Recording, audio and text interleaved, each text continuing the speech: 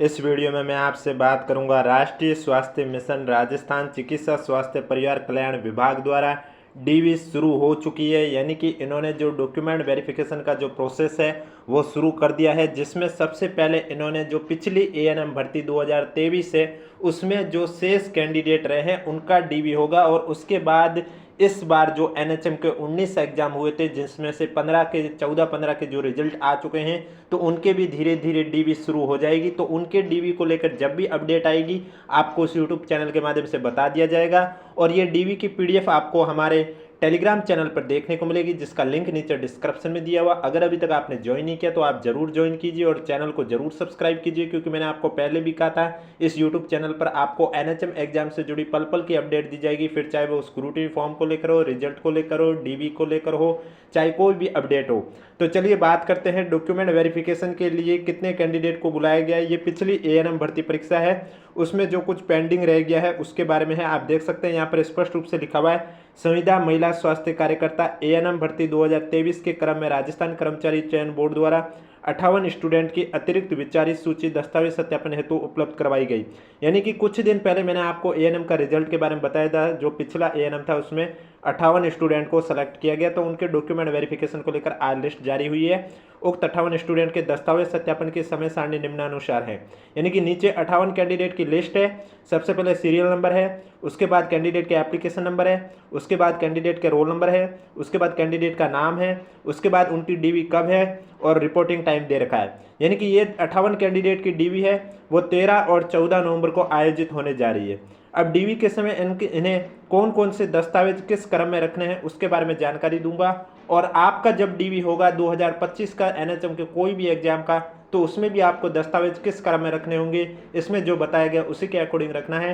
Video पसंद आ रहा है तो एक बार वीडियो को लाइक कर लीजिए, चैनल भी जरूर सब्सक्राइब कर लीजिए। और आपका इस लिस्ट में नाम है तो कमेंट बॉक्स में हमें जरूर बताएं। और ये लिस्ट आपको हमारे टेलीग्राम चैनल पर देखने को मिलेगी, जिसका लिंक नीचे डिस्क्रिप्शन में दिया हुआ है।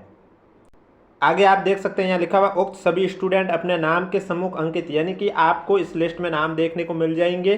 तो वहाँ नाम के सामने आपको डेट और समय दे रखा है। समय आपका 10 AM है सभी के लिए, चाहे 13 नवंबर वाले हो या 14 नवंबर को। यानी कि 2 दिन के लिए डीवी चलेंगे 58 स्टूडेंट का। इनका डीवी का होगा तो ये लिखा हुआ, चिकित्सा स्वास्थ्य विभाग, स्वास्थ्य भवन, तिलक मार्ग, सी स्कीम, जयपुर के DMHS हॉल में संलग्न सूची अपने समस्त मूल दस्तावेजों की सब हस्ताक्षरित छाया प्रति तथा आवेदन पत्र व स्क्रूटिन फॉर्म की प्रति के साथ दस्तावेज सत्यापन हेतु उपस्थित होना है। यानी कि आपको सभी अपने ओरिजिनल डॉक्यूमेंट लेके जाने हैं। इसके अलावा उनकी फोटोकॉपी सेट भी लेके जाना है, जिस पर आपको अपने सिग्नेचर करने हैं। इसके अलावा आपको अपना एप्लीकेशन फॉर्म भी लेके जाना है और स्क्रूटिनी फॉर्म की फोटोकॉपी, जो कि आप स्क्रूटिनी फॉर्म फिल किया था जब एएनएम का आपका रिजल्ट आया, डीवी शुरू हुआ उससे पहले। तो इस बार भी आपके जो स्क्रूटिनी फॉर्म भरवाए जा रहे हैं, चाहे वो किसी भी कैडर के भरवाए जा रहे हैं, तो मैं आपको बता देता हूं, जब भी आपका डीवी होगा अब डीवी के शेड्यूल आने भी शुरू हो जाएंगे। और जैसे जैसे जिस कैडर का शेड्यूल आएगा आपको इस यूट्यूब चैनल के माध्यम से बता दिया जाएगा। तो सबसे पहले मैं आपको बता देता हूं, आपके जितने भी डॉक्यूमेंट है वो ओरिजिनल भी दिखाने होंगे, उनके फोटोकॉपी सेट भी दिखाने होंगे, एप्लीकेशन फॉर्म भी दिखाना होगा, स्क्रूटिनी फॉर्म की फोटोकॉपी भी दिखानी होगी, उसकी रसीद भी दिखानी होगी, आधार कार्ड की भी जरूरत होगी जिस पर QR कोड अंकित हो, और इसके अलावा आपका रंगीन पासपोर्ट साइज फोटो। ये तो चीज आवश्यकता है इन सभी की। और अब आपके डॉक्यूमेंट में कौन कौन से डॉक्यूमेंट चाहिए तो वो लिस्ट भी आप देख सकते हैं यहाँ पर स्पष्ट रूप से है चेक लिस्ट में, जिसमें लिखा हुआ है संलग्न अनुसार क्रमशः दस्तावेज लेकर उपस्थित हो। यानी कि जिन्हें भी 13 और 14 नवंबर को बुलाया है उन्हें कौन कौन से दस्तावेज लेके जाने हैं तो वो आप देख सकते हैं। ये चेक लिस्ट आपके सामने है, जिसमें सबसे पहले लिखा हुआ है मैट्रिक, हाई स्कूल, सेकेंडरी, यानी कि 10th क्लास की। अब देखो किसी किसी के 10th क्लास में अंक तालिका प्रमाण पत्र अलग अलग होते हैं, तो किसी के ये एक ही होते हैं। तो जिनके अलग अलग होते हैं उन्हें वो दोनों दिखाने होंगे, और जिनके एक ही है तो फिर वो उन्हें एक ही लेके जाना है। इसके बाद higher secondary, senior secondary, inter, यानी कि 12th क्लास। तो 12th क्लास में भी यही चीज है कि आपको अंक तालिका और प्रमाण पत्र जिनके अलग अलग है तो उन्हें वो दोनों दिखाने होंगे, और जिनके एक ही है तो वो फिर उन्हें एक ही दिखानी होगी, क्योंकि अंक तालिका आपके मार्क्स के लिए देखा जाते हैं और प्रमाण पत्र आपकी डेट ऑफ बर्थ चेक करने के लिए मांगा जाता है। इसके बाद उपाधि प्रमाण पत्र, मैट्रिक, हाई स्कूल, सेकेंडरी का आप देख सकते हैं यहाँ पर उपाधि प्रमाण पत्र। ये जो चीज़ अभी मैंने आपको बताई है वही चीज़ यहाँ पर लिखी हुई है, यानी कि आपको अंक तालिका प्रमाण पत्र दोनों दिखानी होगी। इसके बाद जिन्होंने एएनएम में डिप्लोमा किया है तो उन्हें वो डिग्री दिखानी होगी और उनकी अंक तालिका भी आपको दिखानी होगी। यानी कि आपने एएनएम में डिप्लोमा किया है, जो भी कोर्स किया है एएनएम का, तो उसकी जितनी भी अंक तालिकाएं हैं वो सभी जितने भी सेमेस्टर थे, चाहे 2 सेमेस्टर थे, चाहे 4 सेमेस्टर थे, चाहे 3 सेमेस्टर, जितने भी सेमेस्टर उन सभी सेमेस्टर की आपको अंक तालिका दिखानी होगी और वो डिप्लोमा जो भी डिग्री है वो भी दिखाना होगा। उसके बाद आपको राजस्थान नर्सिंग काउंसिल रजिस्ट्रेशन प्रमाण पत्र यानी कि आरएनसी का सर्टिफिकेट भी आपको दिखाना होगा। सभी दस्तावेज ओरिजिनल भी होने चाहिए, फोटोकॉपी सेट भी होने चाहिए, तो आरएनसी की सर्टिफिकेट की भी आवश्यकता होगी। इसके बाद आपको जाति प्रमाण पत्र दिखाना होगा। अब जाति प्रमाण पत्र अगर आप ईडब्ल्यूएस कैटेगरी से हो, OBC category non creamy layer से हो या MBC category non creamy layer से हो और आपका जाति प्रमाण पत्र 1 साल से ज़्यादा पुराना हो गया है तो आपको फिर शपथ पत्र से भी काम चल जाएगा, वो भी अधिकतम 3 साल तक। अगर इससे भी ज़्यादा पुराना है फिर आपको नया बनाना होता है। लेकिन जो SC ST कैटेगरी के हैं उनका जाति प्रमाण पत्र एक बार बना हुआ तो वो जीवन पर्यंत वैलिड रहेगा, तो उन्हें सिर्फ जाति प्रमाण पत्र ही दिखाना होगा। अब आप देख सकते हैं यहाँ जाति शपथ पत्र दे रखा है और कोष्टक में लिखा हुआ ईडब्ल्यूएस, ओबीसी और एमबीसी यानी कि इन कैटेगरी वालों के लिए जिनका अगर जाति प्रमाण पत्र की वैलिडिटी 1 साल से ज़्यादा हो चुकी है तो वो शपथ पत्र से काम अपना चला सकते हैं और शपथ पत्र भी अधिकतम 3 साल तक आप वैलिड माना जाएगा। इसके बाद आप देख सकते हैं मूल निवास प्रमाण पत्र यानी कि आप राजस्थान के निवासी हो, ये प्रूफ के लिए आपको मूल निवास प्रमाण पत्र दिखाना होगा। मूल निवास प्रमाण पत्र आप चाहे किसी भी कैटेगरी के हो, चाहे SC के हो, ST के हो, ईडब्ल्यूएस के हो, ओबीसी के हो, एमबीसी के हो, किसी भी कैटेगरी के हो, मूल निवास प्रमाण पत्र आपका एक बार बनता है, वो जीवन पर्यंत वैलिड रहता है। और वीडियो पसंद आ रहा है तो एक बार वीडियो को लाइक जरूर कर लीजिए, चैनल भी जरूर सब्सक्राइब कर लीजिए, क्योंकि अभी NHM डिपार्टमेंट द्वारा DB है वो शुरू कर दी गई है। अब ये है जो पिछली ANM की शुरू की है, 2 दिन में इनको कंप्लीट हो जाएगा। उसके बाद इस बार जो 19 कैडर एग्जाम आयोजित हुए जिनके स्क्रूटिनी फॉर्म भरवाए गए तो उनके भी धीरे धीरे शेड्यूल आने शुरू हो जाएंगे। तो उनके भी जैसे शेड्यूल आएंगे आपको यूट्यूब चैनल के माध्यम से बता दिया जाएगा, क्योंकि मैंने आपको पहले भी कहा है NHM एग्जाम से जुड़ी कोई भी अपडेट आएगी आपको यूट्यूब चैनल के माध्यम से जरूर बताया जाएगा। फिर चाहे आपके DB को लेकर अपडेट हो, स्क्रूटिनी फॉर्म को लेकर हो, रिजल्ट को लेकर हो या नई भर्ती को लेकर हो, कोई भी अपडेट हो आपको हम जरूर बताएंगे। इसके अलावा जो TSP और शहरिया कैटेगरी में शहरिया जनजाति में आते हैं तो उन्हें TSP का सर्टिफिकेट और जो शहरी क्षेत्र में आते हैं तो वहाँ के निवासी होने का प्रमाण पत्र भी प्रस्तुत करना होगा, तभी आपको अपनी कैटेगरी में बेनिफिट मिलेगा। अब देखो अगर कोई जाति प्रमाण पत्र नहीं दिखाएगा तो फिर उसे अपनी कैटेगरी में बेनिफिट नहीं मिलेगा, यानी कि उसके मार्क्स अगर जितने आ रहे हैं वो उसकी कैटेगरी में अगर उसका नंबर सेलेक्ट हो रहा है तो उसका सिलेक्शन नहीं होगा, क्योंकि उसने जाति प्रमाण पत्र नहीं दिखाया।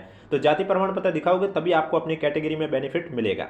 इसके बाद आपको चरित्र प्रमाण पत्र बताना होगा। अब आपको मालूम है मैंने पहले भी कहा चरित्र प्रमाण पत्र आपके टोटल 3 चाहिए होंगे, जिसमें से 2 तो अलग अलग राजपत्रित अधिकारियों द्वारा जारी किए होने चाहिए और ये आपका कोई रिलेटिव नहीं होना चाहिए राजपत्रित अधिकारी, और एक आपका जो चरित्र प्रमाण पत्र है वो आपने जहाँ से भी अंतिम शिक्षा प्राप्त किया वहाँ का आपका बना होना चाहिए। इसके बाद आपका विवाह प्रमाण पत्र मैरिज सर्टिफिकेट, अगर आपका विवाह 2006 से पहले हुआ तो इसको लेकर भी आपको फॉर्मेट मिल गया होगा विवाह शपथ पत्र का कि किस तरह से आपको फॉर्मेट बनना था, क्योंकि पहले मैरिज सर्टिफिकेट नहीं बनते थे, लेकिन बाद में जब से बनने शुरू हुए उसके बाद अगर आपकी शादी हुई है तो फिर आपको विवाह प्रमाण पत्र प्रस्तुत करना होगा। उसके बाद number of living child born और बिफोर और आफ्टर 1/6 यानी कि 1/6/2002 से पहले और 1/6/2002 के बाद में आपके बच्चों की संख्या कितनी है वो भी आपको बताना होगा। इसके बाद चाइल्ड डिक्लेरेशन को लेकर शपथ पत्र भी आपको जरूरी दिखाना होगा। इसके बाद जो 16 नंबर पर पॉइंट जिन पर लागू होता है, यानी कि जो तलाक डिग्री या विधवा या स्पोर्ट्स कोटे से या PH कैंडिडेट है या भूतपूर्व सैनिक है तो उन्हें उनकी कैटेगरी का तभी बेनिफिट मिलेगा जब उनको प्रमाण पत्र वो प्रस्तुत करेंगे। अब देखो अगर कोई कैंडिडेट स्पोर्ट्स पर्सन का है वो अभी सर्टिफिकेट दिखा रहा है, लेकिन एप्लीकेशन फॉर्म में अगर उसने स्पोर्ट्स पर्सन में नो लिखा है तो उसे उस कैटेगरी का फायदा नहीं मिलेगा, क्योंकि जो आप एप्लीकेशन फॉर्म में डेटा दर्ज कर रहे हो उसी के आधार पर आपका DB होता है, तो उसमें जो जो आपने डेटा लिखा है वही आपसे बार वापस से मांगे जाएंगे। इसके बाद अटेस्टेशन फॉर्म की आवश्यकता होगी। अटेस्टेशन फॉर्म देखो DB में मांगा जाता है और इसकी ज़रूरत पड़ती है DB के बाद जब पुलिस डिपार्टमेंट द्वारा वेरिफिकेशन किया जाता है तब आपके अटेस्टेशन फॉर्म की ज़रूरत होती है। इसका भी फॉर्मेट आपको वेबसाइट पर देखने को मिल जाएगा, RSSB की वेबसाइट पर, और हमारे टेलीग्राम चैनल पर भी देखने को मिल जाएगा, जिसका लिंक नीचे डिस्क्रिप्शन में दे रखा है। अटेस्टेशन फॉर्म के बाद आपका आता है हस्तलिखित नमूना।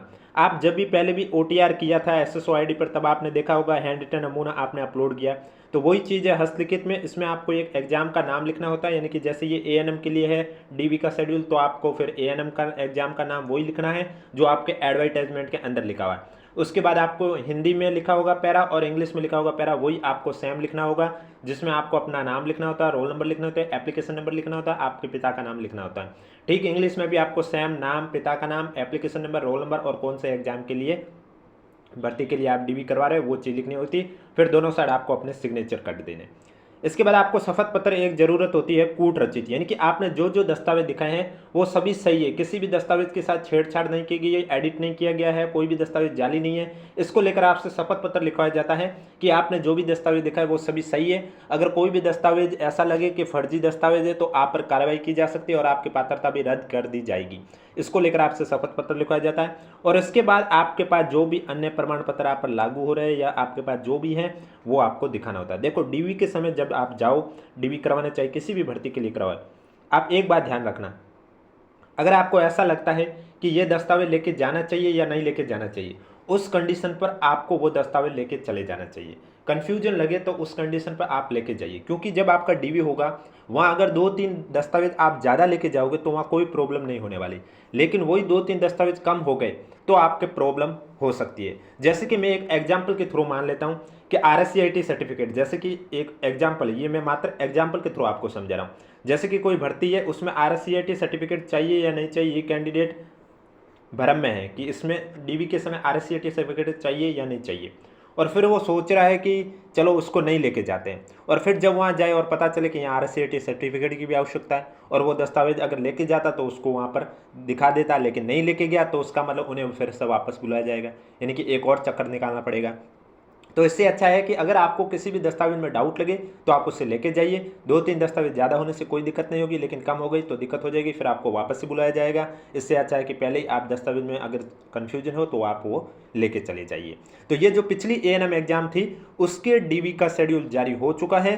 13-14 नवंबर 2 दिन का टाइम है जिसमें इन 57 महिला कैंडिडेट का डीवी होगा, और उसके बाद धीरे धीरे इस बार जो NHM के रिजल्ट आ चुके हैं, जिनके स्क्रूटनी फॉर्म भरवा चुके हैं, उनके भी डीवी को लेकर शेड्यूल जारी हो जाएंगे।